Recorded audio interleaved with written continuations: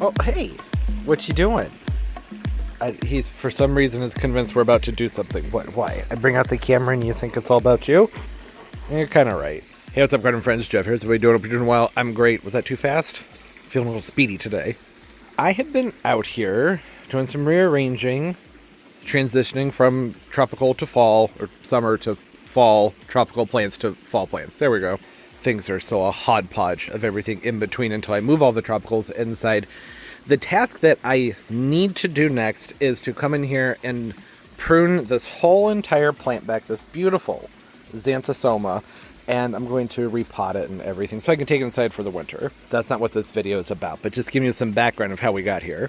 This is a beautiful plant, and we've had some history, so let's talk about it. These are awesome plants. You may be growing them, or might be interested in growing them, or growing some variant of this plant. As I mentioned, this is a Xanthosoma. This one's called Lime Zinger. Look at that leaf. It's not even that big. It's so pretty. I thought, well, you know what? Every year when I have an alocasia or a colocasia that does really well, it generally gets a spotlight. Why not the same for this beauty? Especially when it took so long to get here. So, a little bit of backstory with this one. I got this from, I don't remember, it was maybe Hertz a few years ago. It was shipped out during the winter time, during a very, very, very cold spell. And they all arrived, I ordered 4, looking basically dead. And they did a lot of dying back, basically just reduced to some very small roots. And then the next year, they got to be, I don't know, maybe a foot to a foot and a half tall, which is great, and then overwintered them again, and here we are finally with some nice big mature plants that are worthy of talking about. Yeah, took a long time to get here, and I'm seeing some stuff on this that's going to need to be addressed too. This is a good time to just go ahead and talk about some of those things. So, these are similar to your colocasias, your alocasias. I believe they're most closely related to a caladium. If you're curious about any of that, then that's how that pans out. The Lime Zinger specifically is known for its really nice, light, well, lime green chartreusey foliage. Something I have noticed with this one, to really get that foliage where I live anyways, some afternoon shade seems to help. I know that if these don't get enough light, you're going to have more of a deep green leaf, so if you want that nice color, the lighting does matter. So if it's a deeper green, you probably need to give them some more light, and if they're starting to, we'll say that this is scorch. It is a little bit of scorch. That's too much sun. But up until recently, this one had a big Robolini palm over it that was casting some nice afternoon shade over it. Those went off to the greenhouse, and now here they are out in the sun. You can see that photo oxidation going on in there, that whiteness. Too much sun. It is a time of year, though, where the sun's not as strong, so I'm not all that worried about it. And I'm going to cut this thing back to repot it and take it inside, so that doesn't really matter. It's going to be fine. Lime Zingers generally go anywhere from about 2.5 to 4, a little bit taller than that, feet tall. Depending on lighting, they can vary. So sometimes they may stretch up higher, maybe stay lower with more sunlight. They are water hogs. I'll pause for an airplane. Yeah, the more water, the better with these guys. As long as that soil drains really well, they can take it. The warmer it is, the more water they're going to want. In areas where these can be grown as a perennial, which is like zone 8 and up, I'm sure you could get away with this in warmer parts of zone 7 with a good layer of mulch and proper siting. I would be concerned about invasive potential, or I don't know about invasive, aggressive potentials. These can be invasive in certain areas, though, so that is something to keep in mind. If you're just growing as a houseplant like I am, that's not something you have to worry about. But if you plant these near waterways, anything like that, you really need to stay on top of them because they can spread and just go absolutely everywhere. I see these all over the place, down further south into Florida and the waterways, and I'm pretty sure they're not supposed to be there. As far as just being an easy to grow, we'll just say elephant ear, I'd say they're like top tier for me. The Esculente which is a colocasia. They're pretty simple because they have a bulb, so they're really easy to overwinter. I don't even bother trying to keep them alive during the winter. With these, you have like a corm sort of thing underneath there that you can overwinter, but it's just not really the same.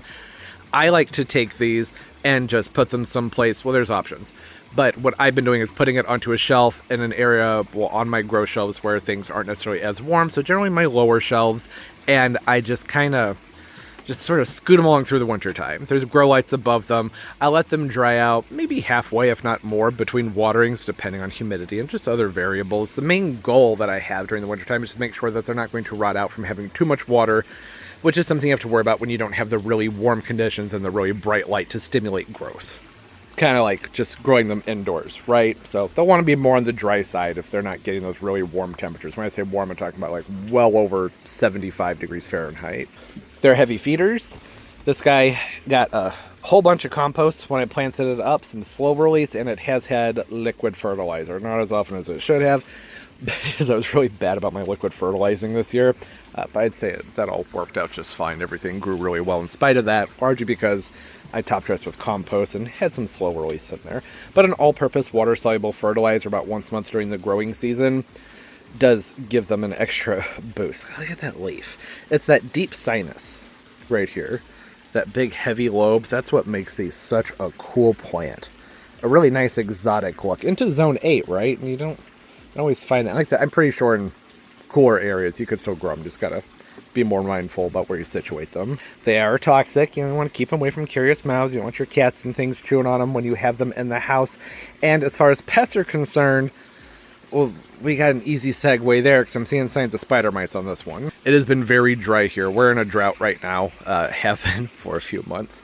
And that lack of humidity and then the shorter day lengths, plants are becoming more susceptible and the bugs start chewing on them. So I can see in here what looks like spider mites, or the start of spider mites anyway in there. And it's possible that is just dust. Wait, hold on, let's get in there. Oh, no. Those are spider mites. I'll get it nice and close. So you can, oh, that was too close. Let me back it up. Yeah. That's spider mite. That's spider mite damage. Maybe a little bit of edema in there, but that's mostly spider mites. So, options, spray them down. Horticultural soap, oil, something like that. I'm going to be cutting this thing back, so I'm not really concerned about it, but it's not something I want spreading to my other plants. So that's something I'm going to get on top of today, is cutting all the foliage off of this. I'm going to lift it from its container, and instead of just potting it into another pot where I just basically add some more soil into its pot that'll be going in for the winter time, I'm going to try and get as much of the soil out, rinse it free, and probably do a spray down with some neem, something like that around the roots, and then pot it back up. Haven't had a lot of mealybugs on them, but I do tend to have mealybugs in my grow space during the wintertime, and I do remember having to pick a few off of the stems last year, but it wasn't too dramatic. But I would imagine with that more thin leaf that they have, they probably love them. They're going to chew on them. They're going to suck the juices right out of there. Spider mites and mealybugs, main things you have to worry about. Also, you're going to have whitefly. I don't usually see scale as an issue with these. The nice thing about the Xanthosomas, Colocaceas, Alocaceas, bananas, gingers, anything that grows quickly, is that when pests do become a problem, you can just cut everything off, wash off the more easy to clean parts, which are just going to be the inner stems. So when I cut this back, I'm going to be cutting it back to, well, way down here. Like, just going to leave like maybe a 4-inch stub above the surface of the soil. It's a lot easier to clean that than it is the foliage. The foliage is somewhat hydrophobic, so water does beat up and come right off of it, and that makes it really difficult to spray for pests, and that's usually why I end up with spider mites on my Xanthosomas and just all my elephant ears. With the exception of my Alocaceas, sprays stick better to those, and sometimes I'll add a sticker. That can help a lot too. But really, this one is still not that big. I would expect this one next year to completely fill out that container. You can see all the growth that it has down on the inside. So I think there were just 2, maybe 3 main stems in there when I potted this up in the springtime, and they just multiply like insanity. Though if I were to give this a few more months, I bet it would fill out the rest of that container completely. I don't need it to do. But they're easy to divide because of that. So you buy one, within several months you can probably cut them up very easily and have a whole bunch. Just get in there with a clean knife, divide them apart, repot them. Pretty basic propagation by division stuff, right? Flowers are pretty insignificant. It's about what you would expect on anything in the Araceae family, meaning, aroids. So you got your Alocasia flowers, spathiphyllums, aroids. It's a big tubey thing with a thing on the inside. Looks neat, but it's not really the reason you grow them. I mean, it could be. That's on you. Maybe that is why you're going to grow it. The flowers do tend to be held down on the inside. So when I have this one had a flower on it not too long ago. Did it die off? Yeah, that's not there anymore. Never mind. Anybody else? People get curious. They like to see the aroid flowers. I've got all these Colocasia over here, and they have a very similar flower on them, but they do most of their flowering midsummer. I doubt there's anything in here. And, here's the leftover spath. from a bloom in here. And this is more dramatic than what you see on the Xanthosoma. So there you go. Really neither here nor there, but I felt like since I talked about it, I should show something, right? But yeah, essentially, if you have them in the house and it's not really warm and they're not getting a ton of light, don't let them sit in water because they'll probably just rot on you, even though these are water-loving plants. Wintertime, if you're just relying on light from your house, you're going to have shorter day lengths depending on where you are, right, in relation to the equator and everything. But the shorter the duration of light, also the less water. That's something to keep in mind as well. I would never expect this to be this nice, big, full, lush plant inside of my house unless I had an atrium or a sunroom or just, I mean, my house is oriented in a way where it would get a good amount of light and warmth. My house is usually more on the cool side, between 68 and 72 Fahrenheit. So that's just not really going to do it for these. It's not going to make them explode with growth, but they'll hang out and you can kind of trudge them through until it gets warm enough to move them back outside. But again, it's not something I'm expecting to get a lot of growth out of them. That's why take it easy on the watering and just really no fertilizing. There's not a point. They're not taking it up.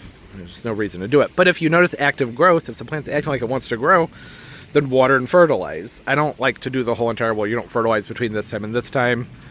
If the plant's growing and seems happy, go ahead and water it and fertilize it. I just love the color on these and the shape of the leaves. They have that more elongated leaf, again, that deep sinus.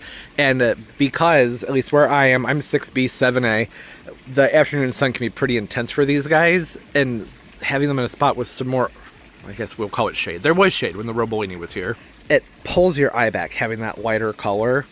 And I like that. It makes you want to look back into an area that's otherwise more shady, which is nice. It's like a highlighter for the garden, a good accent. Oh, and I need to dial back somewhere. We're going to rewind when I was talking about the toxicity. That's going to be referring to the foliage. I have no idea what the edible nature is with the roots of Xanthosoma. I know with colocasia, taro, edible, right? But not necessarily the foliage. There's different compounds in there. It's not necessarily good for you. And what you can eat and what your animals can eat, those are different things too. I don't know. That's not something I've even thought about looking into until just now, actually. I don't know. Maybe comment down below. Maybe you'll know if this is going to be similar to your escalantes, your taro. This is not taro. Okay, so that's colocasia. This is Xanthosoma. But taro is a broad term used kind of like elephant ear. It is supposed to mean colocasia, but I see people use it for alocasia sometimes and Xanthosoma. So I don't know. I just to be safe, maybe don't eat it. Stick with something that you know is okay, right? Pretty resilient little plants, right? That's another great thing about them. The fact that this was sent to me and it basically just died down to being some roots, and a lot of those roots died back too. So I may as well just started it from seed, really. And then to get this in a year and a half after it had been through everything it had been through, I'd say it's pretty good. It says a lot about the plant. That they're doing well out here during the summer when they get the shade, and then in the grow space, they're doing fine too. But again, I'm not trying to keep them looking like this in my grow area during the winter time. I'm just trying to keep them alive, but more into a dormant capacity.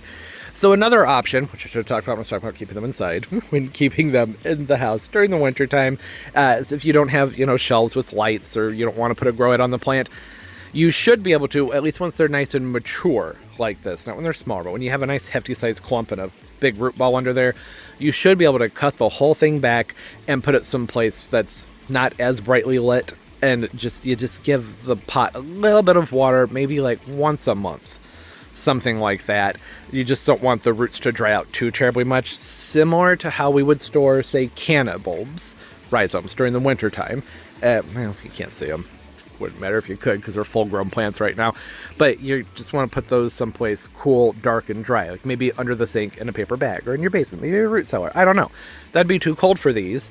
But if you just have an area of your house, I have a bathroom upstairs that's not all that warm. I could just cut this back, take that up there, and pay attention to the stubs of stem that are left above the soil. And if they start to look like they're shriveling up and getting funny looking, then I'd go ahead and give that a drink, and then try and pay attention to how long that took so I can stay ahead of that by a few days, and just do that throughout the winter time. So they'll maybe have like anywhere from, I'd say, 1 to 5 leaves at a time, but it's not, it's nothing like this. That really is the easier way to do things. Since I have the grow space set up, I just put them out there and pretty much do the same thing that I was just describing, but it's warmer, and they seem to be fine with that too. Yeah, just a beautiful plant, one that I really love, one I've really liked for a long time. And I thought, well, hey, this one has come a long way. We should talk about it before I come in here and chop the entire thing back and just make it look like it's been thrown through a shredder, right? Yeah. Comment down below. Tips, tricks, suggestions, always appreciated. Don't forget to read the comments if you have some questions that maybe I didn't cover, or maybe somebody else can provide clarification of something I didn't explain very well. I don't know. It's a community. You know, we all learn together. You growing these in your ponds, great pond plants. Plant them marginally. They're so nice. But again, watch out for waterways. But anybody can plant these in a pond as long as it's warm enough outside. Maybe the top of your fish tank. It'd have to be a really big fish tank, though. Anyways, yeah, I'm going to get in here. I gotta cut all this stuff back, dispose of the spider mite leaves, and get to work. I got a lot of plant stuff to handle before it gets too cold out here.